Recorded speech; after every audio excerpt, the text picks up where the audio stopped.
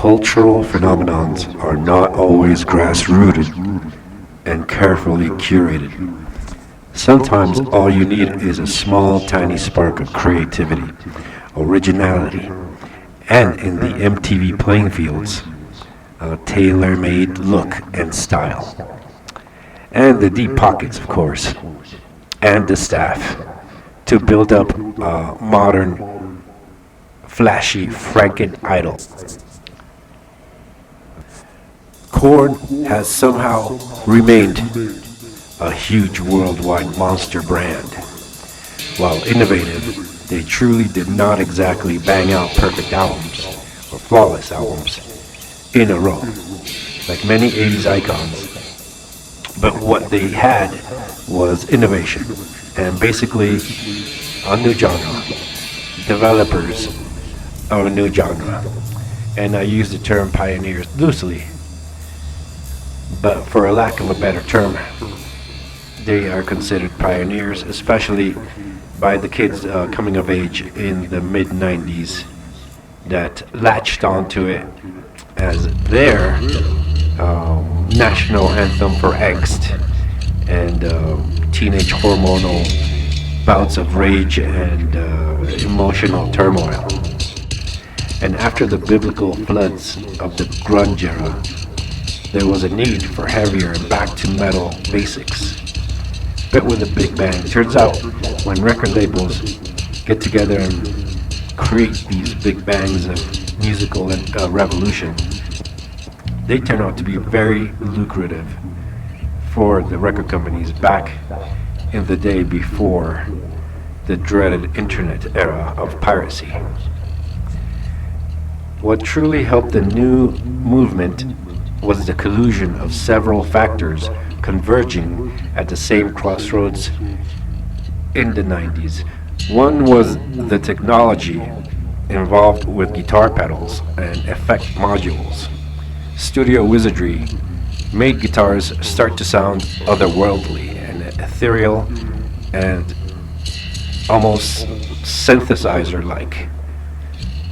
And the big influence of the hip-hop scene was also having an effect on young metalheads, or soon to be young metalheads, across the country. And thirdly, the availability and prevalence of drug consumption that didn't just rely on the old standards of weed and hard liquor. And that's another story, but believe me, the drug culture was harkening back to the days of the hippies, except with a few more additions to the menu. So 1988, Prong was definitely one of those bands that helped the slow metamorphosis that led to such things as Korn. Staccato, off-kilter riffing, groove-leaning beats. Prong were so ahead of their time. There is actually footage of audiences completely dumbfounded and unable to muster a proper reaction as to what alien sounds they were being submitted to. But to those of us that understood evolution of music and progress, latched on to these rebellious concepts, bands that found a way to stand out, even if by small margins, they always become niche finds, rough gems. And eventually they gained a cult following. Or eventually they made it the big time and created a new genre. So Force-Fed by Prong, released in 1988, immediately you could tell these guys were trying to do something different. As the years passed, they became increasingly more daring and eventually rose to decent popularity, but not mega stardom. Perhaps due to the esoteric nuances that the general cattle masses were not ready to consume. And usually people just want quick spurts of familiarity, catchy chorus they can hum along to after the song is over. This was not a band for most people. But do yourself a favor and listen to their discography and take your time with it, absorb it, analyze it, question the motives, and also keep in mind the times. 1988. I think by that time thrash was huge, and glam metal was probably still firing on all cylinders with probably Whitesnake and stuff like that, and Motley Crue. Prong, however, did not actually try to cross over to the hip-hop world, which is basically the missing key to their would-be mega success. But I see that as a win, personally, because in that sense, they stand out even more as an original band that would remain iconic and not just a passing trend of that era, which is also a category in which Helmet easily fits in. Helmet had a slightly heavier and a lot more similar guitar tone to what was to come from the new metal era, which made them a bit more, attention grabbing and prevalent than Prong. 1990s, Strap It On, however, similarly went down under the radar but built up enough steam for their next release. 1992 marks the arrival of one of the big players of the new era. Rage Against the Machine didn't engage in any of the emo themes that plagued the next coming nu metal era.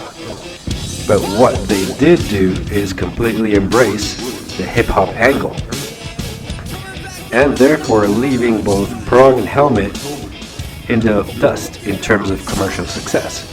Not to mention the sharp lashing out at the political spectrum, which ironically went over most people's heads, and that saw their brand of music more of a college frat party blowout than a political statement and politically charged, aggressive music, aggressive crossover, hip-hop and metal fusion for the times. 1993, Korn drops, and there is a paradigm shift in the music scene. Record labels take the new generation seriously, especially when the perceived dinosaurs of the 80s visibly start to fade a la Back to the Future photograph. The scene is both an exciting and ominous shitstorm brewing, and just 3 years later, the personal computer lands, just like in the Terminator movies, and soon enough absolutely destroys the old models that have been in place for decades. There never truly comes any more big innovations after this, and the perceived modern music trends of today are nothing but familiar echoes of a better time when musicians were respected for creating original, impactful, revolutionary music and got paid accordingly. Now the Terminator is evolving within our midst, and our entire society is now on the chopping block in the name of innovation and, quote, progress, unquote. First, the music legends will disappear. The arts will be cheapened, and we will live in a beige, bland, vanilla world of slavery and nothingness. Thanks a lot, Korn, and the Korn fans out there. You've done it. You've screwed us all. It turns out, the horror movie from the 80s, Children of the Korn, was prophecy.